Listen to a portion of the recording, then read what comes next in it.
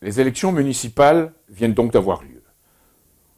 Le Parti socialiste les a perdues, et il l'a mérité. La droite les a en partie gagnées, mais elle ne l'a pas mérité. Et leur impuissance commune porte sur les fonds baptismaux de la République le Front National. Alors, ces élections restent un trompe-l'œil, quel que soit leur résultat. Parce que personne n'attaque l'ennemi qui doit être identifié et combattu. Jean-François Guéraud, qui est un haut responsable de la police nationale, a écrit un livre qui s'appelle « Le capitalisme financier criminel ».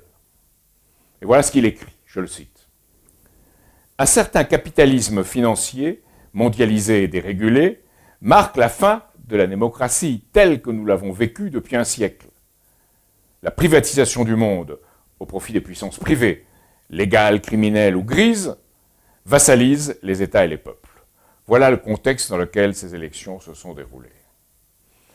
Eh bien, nous avons toute une caste cannibale, comme l'a décrit un autre livre, qui transmet en France ces politiques de dérégulation, comme on l'appelle, c'est-à-dire plus de lois, plus de règles, on opère depuis les paradis fiscaux, de dérégulation criminelle.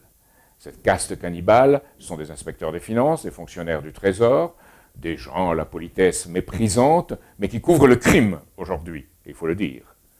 Alors, ces gens, ensemble, avec d'autres gens de même acabit européens, ont décidé à Bruxelles de mettre en place un conseil de résolution unique, en cas de difficulté des grandes banques. C'est le plus grand transfert de souveraineté qu'on ait fait depuis l'existence de l'euro. Donc, non seulement on a une influence à l'intérieur de la France, ses intérêts, mais on dépouille la France de la capacité d'intervenir éventuellement contre eux. C'est ce que ça veut dire. Et ce conseil de résolution unique, en cas de difficulté d'une banque, rincera les actionnaires, ce qui est justifié, à la limite, s'en prendra aux gens qui ont des créances non sécurisées, comme on dit, mais s'en prendra aussi aux titulaires d'obligations et aux déposants. Et en dessous de 100 000 euros, on n'y touchera pas, on dit, mais on ne prévoit pas les fonds pour venir au secours de ceux qui ont été frappés. Donc ça, c'est une première décision qui intervient dans ce même contexte, à la même date que ces élections. Et personne ne parle de ce sujet qui pourtant est fondamental, même dans des municipales, puisqu'on a la conséquence.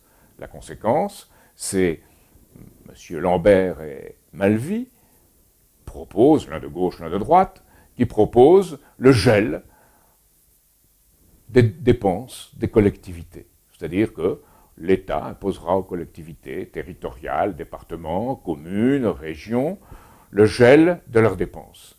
Alors on dira, ce n'est pas un recul. Si, c'est un recul, parce qu'il y a une dynamique de dépenses qui crée qu'une partie des interventions de ces collectivités ne pourront pas avoir lieu. Il y a une sanction. Pour ceux qui n'obtempèrent pas, on prévoit que l'État puisse dire, voilà, on vous ôte la maîtrise de votre budget, vous ne pouvez plus décider d'augmentation d'impôts locaux, et on vous met sous tutelle. Donc voilà les conséquences dans la politique intérieure française de tous les jours, telle que les gens la vivront, de ce choix qui est fait au niveau international. Plus la politique d'austérité sociale que l'on voit partout prospérer, se développer, avec un parti socialiste qui négocie constamment cette politique avec le MEDEF, et ce MEDEF et ce parti socialiste ont au-dessus d'eux le vrai pouvoir, par exemple un Michel Pébreau, par exemple un Frédéric Oudéa, qui ont imposé cette fausse réforme bancaire à Pierre Moscovici, qui a accepté de la faire. Donc on en est là, avec une répercussion dans la politique internationale, qui est le fait que nous disons, il faut punir la Russie de Poutine, il faut punir la Chine, en même temps qu'on reçoit la Chine, et vis-à-vis de la Russie, il faut l'expulser d'instances de réunion de discussion qu'on appelle le G8, le réduire à 7, en expulsant la Russie, qui pourtant devait en avoir la présidence. Et on a une politique extrêmement agressive vis-à-vis de l'Est. Nous-mêmes allons déployer des Mirage 2000 et des Rafales, des avions de combat en Estonie, soi-disant pour rassurer nos alliés, et en même temps, nous interdisons l'accès à notre territoire de gens qui, en Russie, comme Sergueï Glaziev, Vladimir Yakounine ou Dmitri Rogozin, étaient des gens qui voulaient un espace de développement mutuel entre l'Europe et l'Asie. C'est-à-dire ce que nous allons susciter chez eux, c'est une réaction de défense, et ils diront l'Eurasie contre l'Europe, ce qui est la chose à éviter. Il faut un développement mutuel de l'Europe et de l'Eurasie. Ça, c'est la conséquence internationale de bloquer ce développement qui est nécessaire pour une reprise de l'économie mondiale, de le bloquer en raison de notre politique. Donc tout cela, tout ce dont je viens de parler, forme un tout. Et c'est là qu'est en cause dans les élections même municipales. Nous avons nous-mêmes présenté des listes qui ont dit, voilà, il faut une réforme bancaire, il faut que des vœux soient votés pour cette réforme bancaire, une vraie, et qu'on touche au cœur le système de la City et de Wall Street.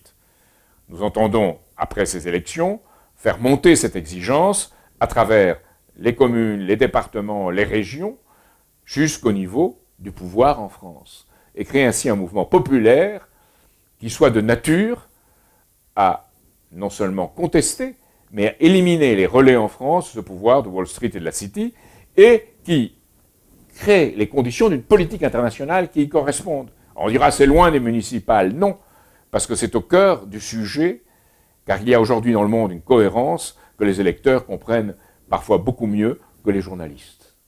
Alors, que faut-il faire? Globalement, pour rétablir l'investissement à long terme et la prospérité en France, il faut une nouvelle nuit du 4 août. Une nouvelle nuit du 4 août contre cette noblesse d'empire, cette noblesse bancaire, financière d'empire qui exerce le pouvoir. Et c'est contre elle que je vous demande à ceux qui m'écoutent de me soutenir, de nous soutenir, de soutenir notre action, parce que c'est créer les conditions pour un retour d'une France qui se maîtrise elle-même, et ça, c'est le véritable enjeu de toutes les élections à venir, parce que c'est l'intérêt et de la France, et de notre peuple, et de nos entreprises qui produisent, et c'est l'intérêt de l'Europe et du monde, pour que la France y joue ce rôle. Voilà ce que je vous demande de soutenir, et nous nous battrons, nous vous garantissons que nous vous battrons.